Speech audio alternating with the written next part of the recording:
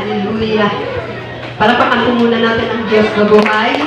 At bago po ako mag-umisa, ay nais ko pong bumati ng Blessed Victorious Triumphant 14th Anniversary Jesus My Life Forever Christian Ministry Family. Amen? Purihin po ang Diyos na buhay. Tunay po na napakabuti ng Diyos. At pinasalamatan ko ang Panginoon sa buhay ng ating pastor at binigyan po ako ng opportunity na makatayo sa anniversary. Amen. Bagamat marami pong mga qualified, isa po ako sa napili. At salamat sa Diyos. Amen po. At maririnig po muli natin yung mga nakatanggap, amen, ng kabutihan ng Panginoon. At bago po yun, babasahin ko muna po ang sabi po sa awit chapter 52, verse 9. Ang sabi po dito, di ako titigil ng pasasalamat sa iyong ginawa. Ang kabutihan mo'y ipapahayag ko kasama ng madla. Amen po, purihin ang Diyos sa buhay sa pagkabasa ng kanyang banal na salita. At sabi po dito ni Harry David, no, na talagang hindi daw po siya titigil sa mga ginagawa sa kanya ng Diyos, ng kabutihan. Amen po. Dahil po kung atin pong babasahin ng buhay po ni King David, amen po, talagang kinalugdan siya ng Diyos, kinahabagan siya ng Diyos, sinamahan siya ng Diyos sa lahat ng kanyang laban sa buhay, no? Literal na laban po, meron po si King David, amen po. At sa kanyang katagumpayan, kasama pa rin po ang Diyos hanggang po sa kanyang mga anak, amen, meron kasama po sila, amen, sa kahabagan ng Panginoon dahil po sa buhay ni King David. At hindi lamang po sa buhay ni King David nangyayari yon, kundi po pati sa ating buhay. Amen po. Sa buhay natin ngayon, marami po tayong laban, marami po tayong mga alam mo yun, mga struggles, amen po, pero kasama po natin ang Panginoon. At ganoon din po, hindi din po tayo titigil sa pagpapasalamat sa Diyos. At lahat po kami, amen, na narito ay kinahabagan lang din po ng Panginoon. Wala pong perfect sa amin, amen. Lahat po kami ay nakatanggap lang din po kami ng kabutihan ng Diyos. Amen po. At tawagin ko po ang unang nakatanggap ng kabutihan ng Diyos, kung paano po siya binago nung wala pa po siya sa Jesus is My Life Family. So, tawagin ko po si Ate Joyce and Operiano. Amen. Palakpakan natin ang Diyos na buhay sa kanyang buhay. Amen po, Panginoon.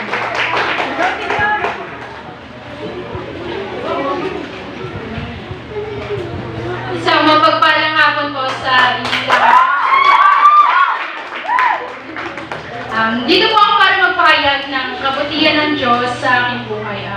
Before, nung wala pa ako sa church na to, akala ko yung buhay is madali lang. Akala ko, pabanjing-banjing lang siya.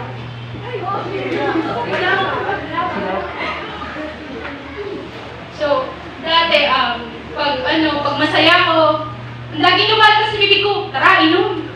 Pag malungkot ako, tara, inom. Pag wala lang, tara, inom.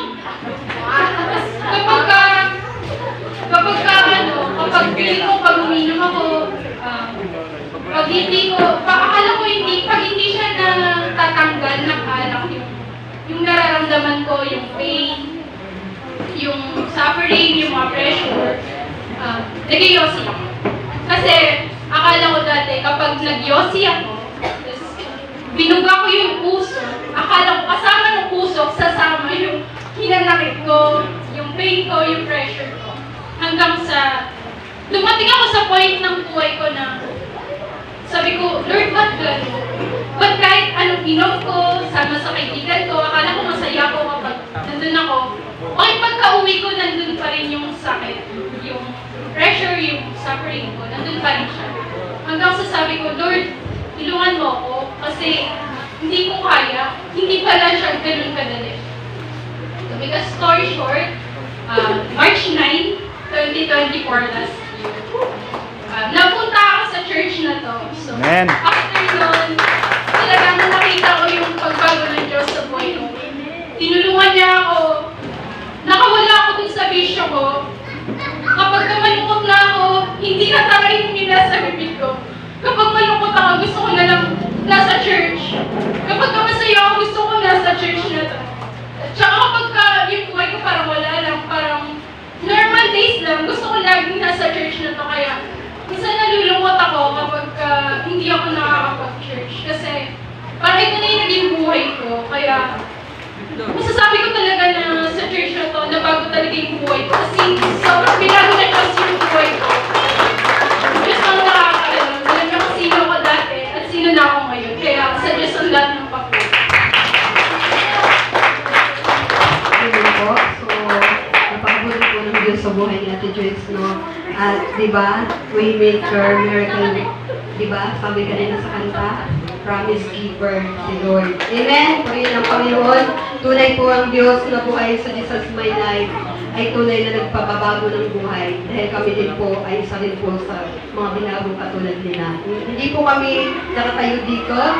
Ganyan din po kami dati.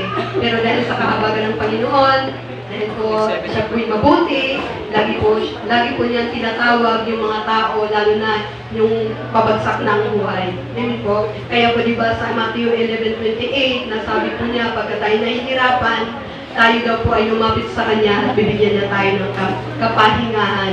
So, bibigyan niya po tayo ng pahingahan sa lahat ng atin pong mga bisyo, diba? Kasi magkakasakit tayo dyan. Amen po. So, purihin po ang Diyos na buhay at tawagin ko po si Ate Maika.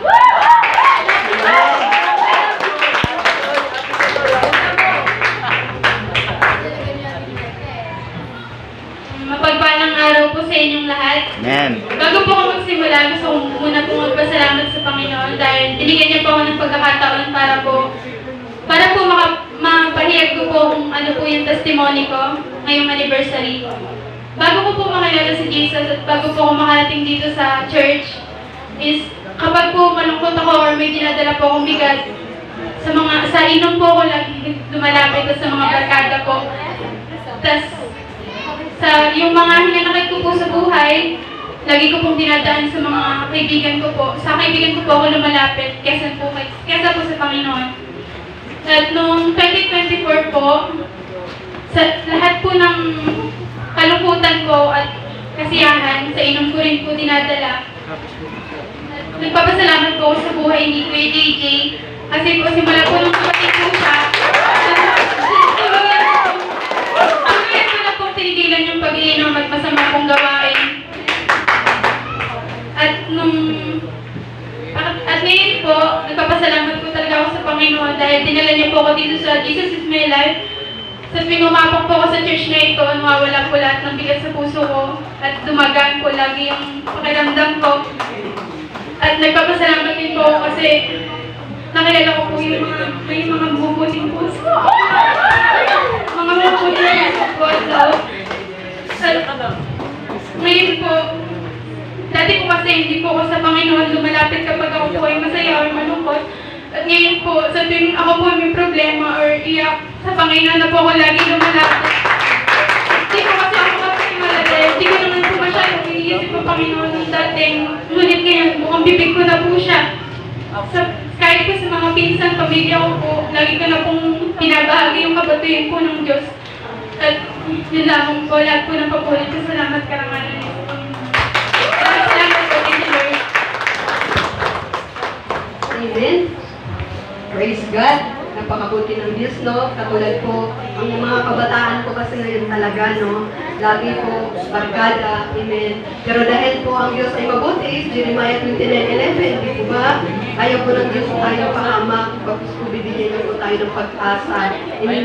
Maganda po ang plano ng Diyos sa ating buhay. Amen po, kaya po lahat po ng mga bata na may mga problema, lalo-lalo na po doon sa mga may bisyo. Amen. Ayaw po ng Lord na masira ang buhay nyo. Kaya po kayo nakarating sa church na ito. Amen po. Jeremiah 29:11. For I know my plans for you. Amen. So, pakainin na lang po. So, purihin po ang Panginoon ng buhay. At last po si Tatay Dali na mabuti po ang Diyos sa kanyang buhay.